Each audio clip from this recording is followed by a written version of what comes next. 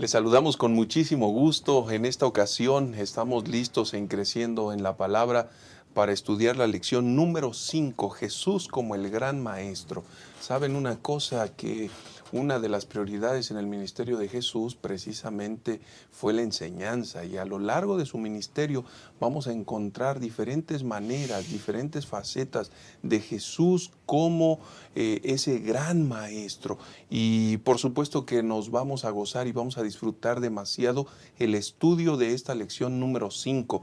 Quiero compartir contigo, con cada uno de ustedes, los 3 puntos donde nosotros estaremos analizando la lección. El primero, una obra maestra, una obra de enseñanza. El segundo, el método de enseñanza. Y el tercero, efectos de la enseñanza. Así que, por favor, acompáñenme para que podamos hacer esta oración y entonces dar inicio con el estudio. Bendito Dios y Padre que estás en el cielo, santificado sea tu nombre. Señor, queremos agradecerte en este momento por todas tus bondades y queremos suplicar tu bendición para que al estudiar y analizar esta lección podamos recibir tu dirección, Señor, y que tu iglesia sea grandemente bendecida también. Acompáñanos, por favor, te lo pedimos en el nombre de Jesús. Amén.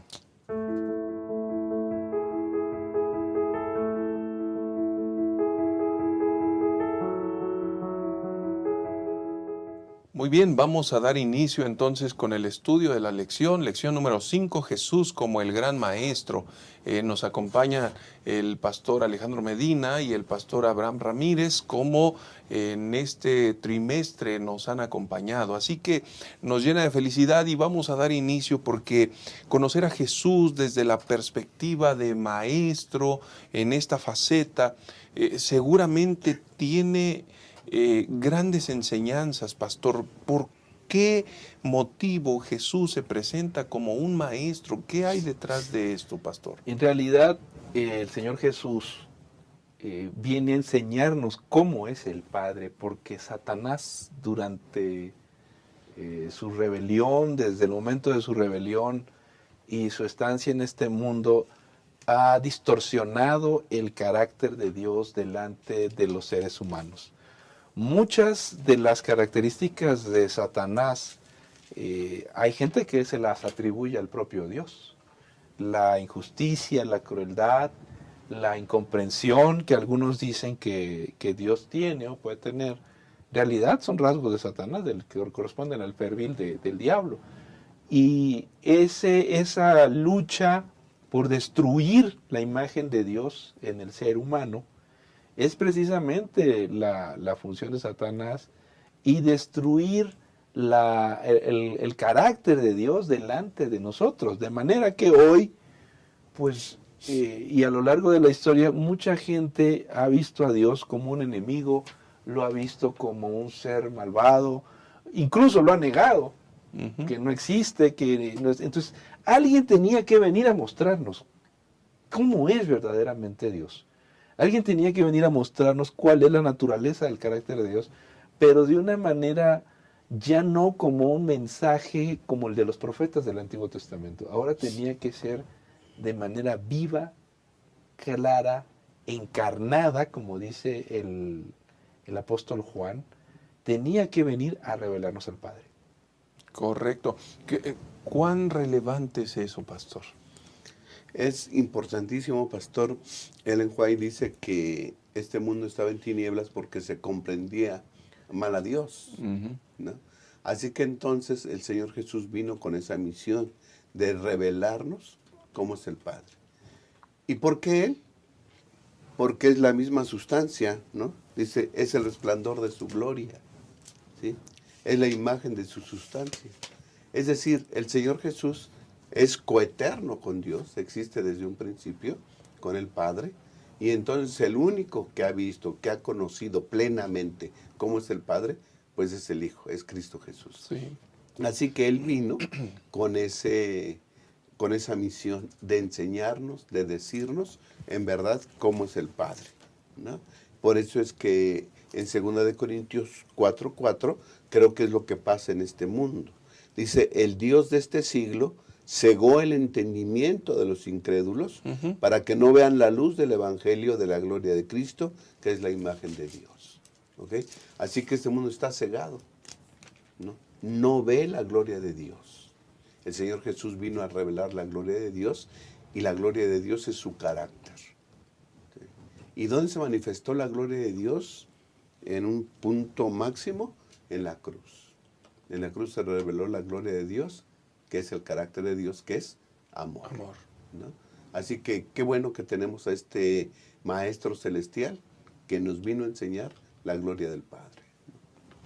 Y pastor, revelar al Padre tenía que ser de forma genuina, transparente, auténtica. Cualquiera podría haberse confundido o elegir una forma errónea, pero esto es algo contundente, irrefutable, pastor.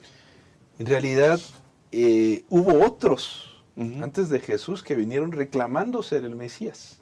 Incluso ahí se mencionan en la Biblia. Bueno, es que antes vino otros y un tal, vino este y aquel. Pero Jesús, la función de Jesús, la función pedagógica de Jesús, tenía que ver con enseñar quién es Dios, que hace a través de todas sus actividades, sus acciones, sus parábolas, sus enseñanzas desde las más simples, con los niños, con las mujeres, con los rechazados de la sociedad. Es decir, nos enseñó y nos mostró cómo es el Padre, cómo es el Padre. Y el término revelación, en griego es apocalipsis, tiene que ver con descorrer un velo, tiene que ver con mostrar cómo es en realidad Dios, porque antes no lo habíamos visto, antes podemos pensar muchas cosas acerca de Dios en ese momento. Ahora, hoy en el siglo XX, ¿sigue siendo Jesús el mejor medio de entender la naturaleza de Dios? Yo creo que sí. Claro. Cuando leemos los evangelios, cuando leemos la vida de Jesús, pues Él mismo dijo, si me habéis visto a mí, habéis visto al Padre. No hay una forma mejor de conocer la naturaleza de Dios que a través de Cristo, sino a través de Cristo. Creo que al estudiar su vida, su resurrección, su muerte, su ministerio, podemos entender que Dios es muy diferente de lo que pensamos. Por eso a los fariseos les chocaba tanto. Por eso la mayoría, y esto no es un buen dato, de los líderes espirituales del tiempo de Jesús lo rechazaron. Porque es posible que hoy también muchos líderes espirituales tengan un concepto equivocado de Dios. Y cuando estudian a Jesús o cuando leen acerca de Jesús, pues choca ese concepto con lo que ellos creen. Correcto. Y Pastor Abraham, el discípulo amado Juan hace una descripción maravillosa, la manera tan categórica, auténtica, no utiliza expresiones tímidas ni limitadas, dice la lección, ¿no? Sino que lo proyecta de una forma contundente, pastor. Contundente y grandiosa, pastor, ¿no? Presenta a Jesús como el personaje que está desde el principio con Dios, que existe desde el principio con Dios. Dice 1.1, San Juan 1.1, en el principio existía el Verbo, y el Verbo estaba con Dios, y el Verbo era Dios. ¿Sí? Así que son iguales, el Padre y el Hijo son iguales, en carácter, en gloria. Así que entonces, en el versículo 18 dice, a Dios nadie lo vio jamás, el Hijo único, que es Dios, que está en el seno del Padre, Él lo dio a conocer. Así que como nadie ha visto a Dios, bueno, entonces vino el Señor Jesús, ¿verdad? Dice 1.14, aquel Verbo se hizo carne y habitó entre nosotros. Así que vimos su gloria, ¿sí? Al venir el Señor Jesús, vimos sus acciones, sus palabras, sus actitudes, sus motivaciones, todo revelaba cómo es el Padre, ¿sí? Vino a decirnos exactamente cómo es Dios. Dice aquí en el libro de la educación, página 76, Cristo vino para restaurar ese conocimiento que se perdió desde un principio cuando el hombre pecó. Ujú. ¿No? Vino para poner a un lado la enseñanza falsa mediante la cual los que decían conocer a Dios lo habían desfigurado. Los dirigentes religiosos no manifestaban las obras de Dios por ningún lado, no mostraban amor, misericordia, ni fe, ni esperanza para con los demás. Vino a manifestar la naturaleza de su ley. ¿Sí? La ley era una carga puesta sobre los hombres que no podían llevarla, pero entonces el Señor Jesús vino, ¿verdad? Y entonces Él se agradaba de guardar la ley. El Señor Jesús vino a quitar el velo que se había puesto por el pecado, ¿verdad? Satanás había puesto esa cortina, el Señor Jesús vino, la quitó, y entonces podemos ver abiertamente la gloria del Padre. Gracias a Jesús que vino como maestro a revelarnos eso, ¿no? Y podemos concluir esta primera parte, esta primera sección, diciendo que la luz apareció cuando la oscuridad del mundo era más intensa. Cristo Jesús revelando al Padre. ¡Qué bendición! Y hermanos queridos, precisamente en la lección del día lunes, se nos hace un cuestionamiento cuando en la historia de Felipe él expresa, ¿no? Muéstranos, y la incertidumbre tal vez. Y la lección más importante es que seguramente esa expresión se nos fue dada para que cada uno de nosotros podamos hacer un autoanálisis. ¿Cuánto conocemos al Padre? En un momento regresamos, vamos a volver con la segunda parte, método de enseñanza. Quédense con nosotros y vamos a continuar con este estudio. Vamos a continuar con la segunda parte de este interesante estudio, el método de enseñanza de Jesús, y vamos a darnos cuenta que hay rasgos particulares en la enseñanza que Jesús realiza. Pastor Medina, ¿cuáles son esos rasgos? Bueno, en el ministerio de Jesús se observa que Él fue el más grande maestro que haya existido alguna vez. Y que al ver cómo se comportaba, se pueden sacar por lo menos 10 elementos básicos. Y el primero es que Jesús observaba a sus alumnos. Un buen maestro observa a los alumnos con mucha atención. Y Él observaba a Pedro, observaba a Juan, observaba al resto de los discípulos, porque no todos tenían las mismas condiciones, las mismas características. Y en la palabra de Dios, Él en realidad los observaba tanto que supo qué necesitaba cada uno. Pedro, pues con su lengua bastante, su lengua bastante apresurada, los demás, Él supo llegar al corazón de cada uno a partir de observarla. Un buen maestro tiene que observar a sus alumnos, tiene que conocer a sus alumnos, tiene que saber qué es lo que necesitan. En segundo lugar, un buen maestro convive con sus alumnos. Jesús convivió con sus alumnos. Hay maestros que dicen, no, bueno, pues yo doy la clase y me voy. Jesús andaba con ellos, Jesús hablaba con ellos, Jesús les planteaba, los provocaba, les planteaba perspectivas, y ellos podían comer con Él. Qué bien cuando un maestro convive con sus alumnos, se interesa por sus situaciones personales, se interesa por el aspecto emocional. No nada más es la materia. Enseñar impacta una vida, y Jesús se interesaba en la vida de ellos. Y en tercer lugar, la buena enseñanza se concentra en elementos esenciales. Los fariseos y los saduceos se andaban peleando por asuntos teológicos mal planteados.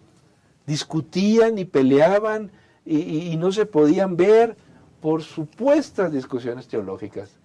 Jesús no andaba discutiendo ni peleando por temas, conjeturas, suposiciones y disparates teológicos de la época. Él se concentró en las verdades cardinales de la salvación. Y una enseñanza, una buena enseñanza, se concentra en elementos esenciales. Muchos maestros no lo entienden, que hay que enseñar elementos esenciales cuando uno da clases, o en una casa, en un hogar, en una iglesia. Jesús se concentró en los elementos cardinales de la salvación. Y eso es sumamente relevante, pastor, porque en primer lugar hay que vivirlo, ¿no? Hay que, para tener un ejemplo, una enseñanza contundente, y Jesús, la lección de esta semana, nos presenta esa realidad, pastor. Sí, pastor, el pastor Medina habla acerca de que el maestro convive y tiene una relación con los demás. Porque sin duda alguna de las barreras que puede haber en la educación pues son las relaciones personales. No me cae el maestro, ¿no? O no le hacemos caso al alumno, ¿no?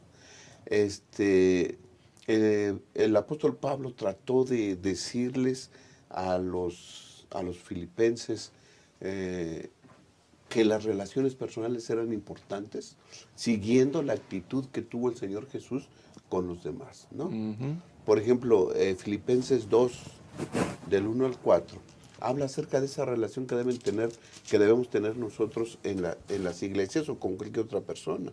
Dice, por tanto, si hay algún estímulo en Cristo, si algún consuelo de amor, si alguna comunión del Espíritu, si alguna ternura y compasión, completad mi gozo, tened el mismo sentir, el mismo amor, unánimes, sintiendo una misma cosa. Nada hagáis por rivalidad o vanagloria, antes bien en humildad, considerando a los demás como superiores a vosotros, no mirando cada uno solo a lo suyo, sino también a lo de los otros. Había rivalidades, sin duda alguna, entre los discípulos que eran los alumnos del Señor Jesús. Sin duda alguna había rivalidades. Muchas de sus pláticas eran polémicas, pero ellos aprendieron del gran maestro. Y creo que aprendieron esa actitud que el apóstol Pablo le dice a los filipenses en el versículo 5. Haya pues en vosotros este sentir que hubo también en Cristo Jesús. El Señor Jesús mostró humildad, ¿sí? El Señor Jesús dice que Él estuvo dispuesto, estando en la situación de igualdad con Dios, no tuvo, ¿verdad?, como cosa de usurpación quedarse ahí, sino que se despojó a sí mismo, ¿sí? Tomando forma de siervo y hecho obediente hasta la muerte. ¿Qué quiero decir con eso? Que el Señor Jesús se ponía en el plano de los estudiantes para después elevarlos, ¿sí?, a un plano más alto. Yo creo que eso es algo que los maestros deben de hacer, ¿sí? Equilatarse para entonces comprender a sus discípulos, comprender a sus alumnos y entonces elevarlos hasta una posición mucho más alta, ¿sí? Esa es una parte, yo creo, que el Señor Jesús hizo, y esa es la mente de Cristo Jesús. Humildad, ¿verdad?, para entender las necesidades de los alumnos. Correcto. Pastor Medina, ¿qué otras características podemos encontrar en la enseñanza de Jesús? Jesús enseñó con autoridad. Jesús enseñó con autoridad, y la misma gente lo reconocía, se maravillaba porque enseñaba con autoridad, no como los fariseos. Incluso la misma Biblia dice, ¿por qué? Porque Él no sembraba el pánico entre la gente, la incertidumbre, la dependencia malsana de sus maestros, ¿no? A los fariseos les gustaba que la gente los anduviera siguiendo, los buscara y dependiera de ellos. Sí. Un verdadero maestro no enseña a sus alumnos a depender de él. No anda sembrando incertidumbre, no anda sembrando el pánico, no trae a los alumnos estresados todo el semestre, metiéndoles el pánico y el temor de que no van a aprobar la materia, y el otro pues se comporta como si fuera un reyesuelo ahí en el aula. Eso no es enseñar. Jesús tenía autoridad, tenía poder, y lo hacía de manera sencilla. No hay nada mejor que la enseñanza sencilla, no llenando la mente con ideas confusas. ¿Cuántos de nosotros no hemos tenido maestros que de vez en cuando ahí te llenan, entras a la clase y sales más confundido? Y el maestro te dice, pues es que yo enseñé bien y tú no entendiste, ¿no? Pues eso no es así, ¿verdad? Por otro lado, la enseñanza brillante despierta admiración, respeto y lealtad de los estudiantes hacia los maestros. Los maestros tienen que ser gente admirada, los discípulos y la gente en general, dice, la gente se quedaba maravillada con las enseñanzas de Jesús y la persona de Jesús. Y yo creo que también los maestros deben de ser los mejores modelos en la vida de los estudiantes. Una sociedad en la que no se aprecia al maestro, una sociedad donde el maestro es una figura tan devaluada, tan poco reconocida, es una sociedad que no tiene futuro.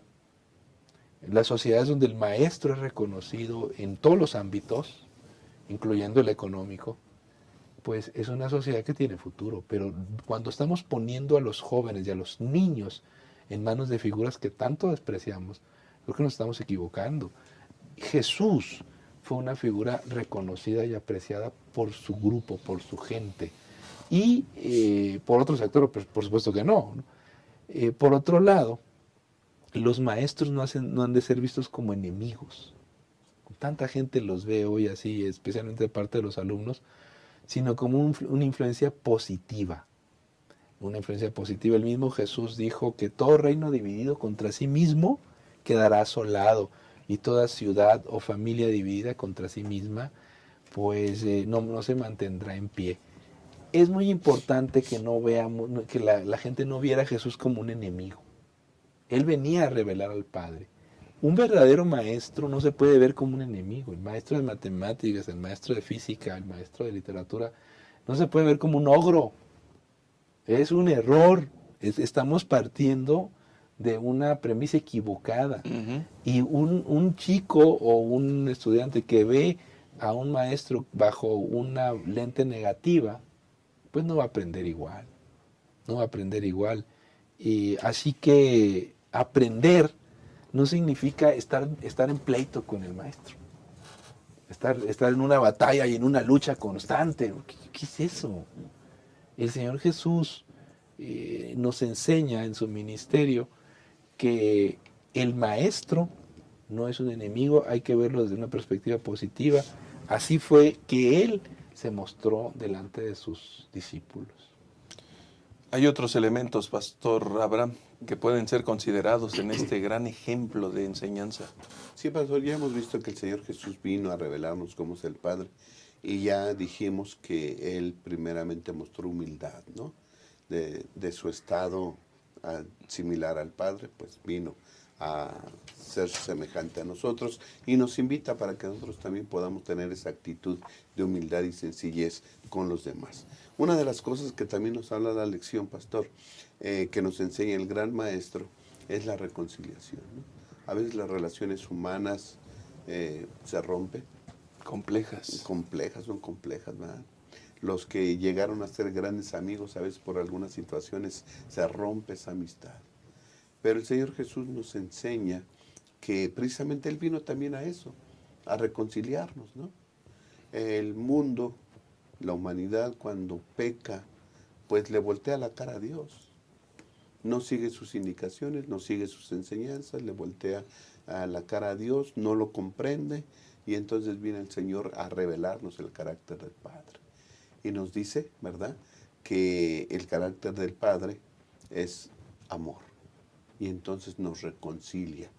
Reconcilia el Señor Jesús a el Padre con la humanidad, y entonces se pone un puente entre el cielo y la tierra, y el Señor Jesús es ese puente que une el cielo y la tierra. Uh-huh. Hay reconciliación. Y no tan solo eso, sino que nos dice que nosotros también somos agentes de reconciliación. Correcto. ¿Verdad? Hay personas que están peleadas con Dios porque se le entiende mal a Dios, porque no han tenido la revelación de Jesucristo en sus vidas. Entonces tenemos que llevarles a Jesús para que el Señor Jesús también les revele a ellos cómo es el Padre y puedan reconciliarse con Dios. Dios quiera que podamos nosotros también ser agentes reconciliadores.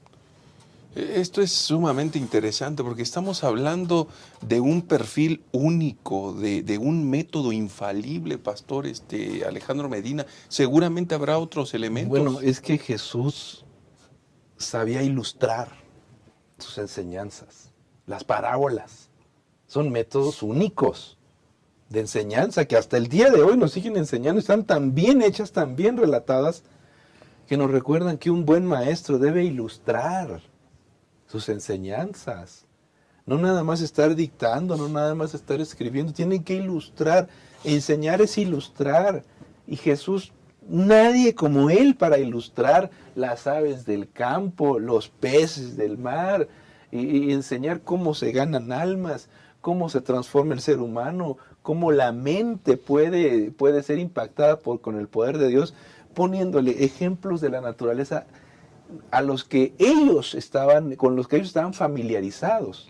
Un maestro tiene que ilustrar, los padres tienen que ilustrar cada vez que le dicen a los hijos, mira hijo, es como esto, y empiezan a explicar y a hablar para los alumnos. También un buen maestro desafía a los alumnos.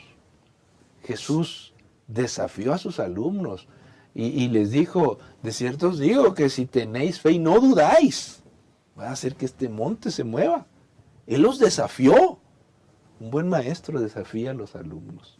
Los tiene que desafiar. Llega un momento en la vida que uno le puede decir a un estudiante, mira hijo, tú podrías ser el mejor del aula o tú podrías ser mejor. Esas calificaciones no son para ti. Esfuérzate. Esfuérzate. Si tuvieras un poco más de tiempo podrías hacerlo mejor. El buen maestro estimula la participación. Me encanta Jesús cuando dice, ¿qué dicen los hombres que es el Hijo del Hombre? Ahí está el maestro provocando. Ahí está el maestro propiciando la participación. Pues unos dicen que eres otros dicen que eres Elías, y vosotros. Gracias por continuar. Vamos a abordar la tercera parte de esta interesante lección, efectos de la enseñanza. Pastor Alejandro, evidentemente tiene que haber resultado, efecto.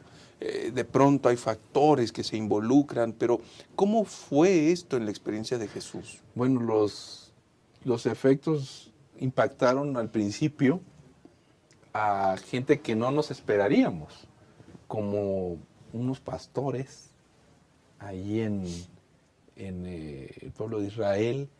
Van a ser sus primeros alumnos y van a reaccionar de una manera muy positiva, van a recibir las órdenes de Dios, van a buscar al Señor Jesús y van a aprender y van a creer que es el futuro Salvador del mundo. Gente muy sencilla, gente que no sabe leer, gente que su formación en la cuestión espiritual es muy rudimentaria, pero ellos son los que van a aceptar a ser los primeros alumnos de Jesús y cuyas vidas van a ser impactadas. Imagínense nada más de ver el coro de ángeles ahí, qué privilegio ese, maravilloso.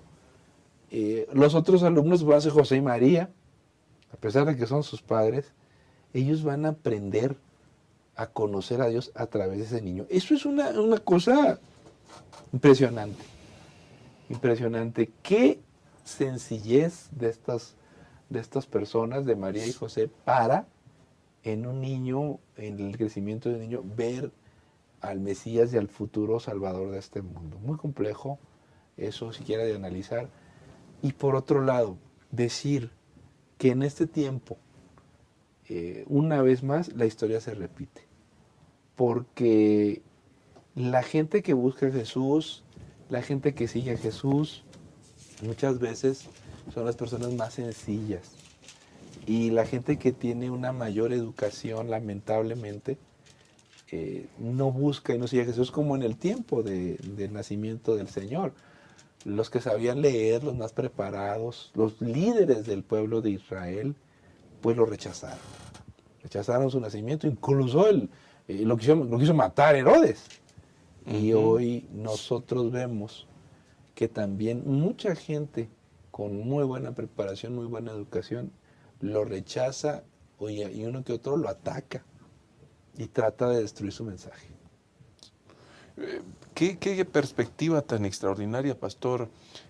Aquellos hombres cuando entendieron cuando recibieron esa enseñanza, cuando vieron, fueron movidos a adorar al Señor, ¿no? Por ejemplo, son reacciones que se generan en las personas. Sí, pastor, se terminó diciendo el segmento pasado que todos podían aprender, ¿no?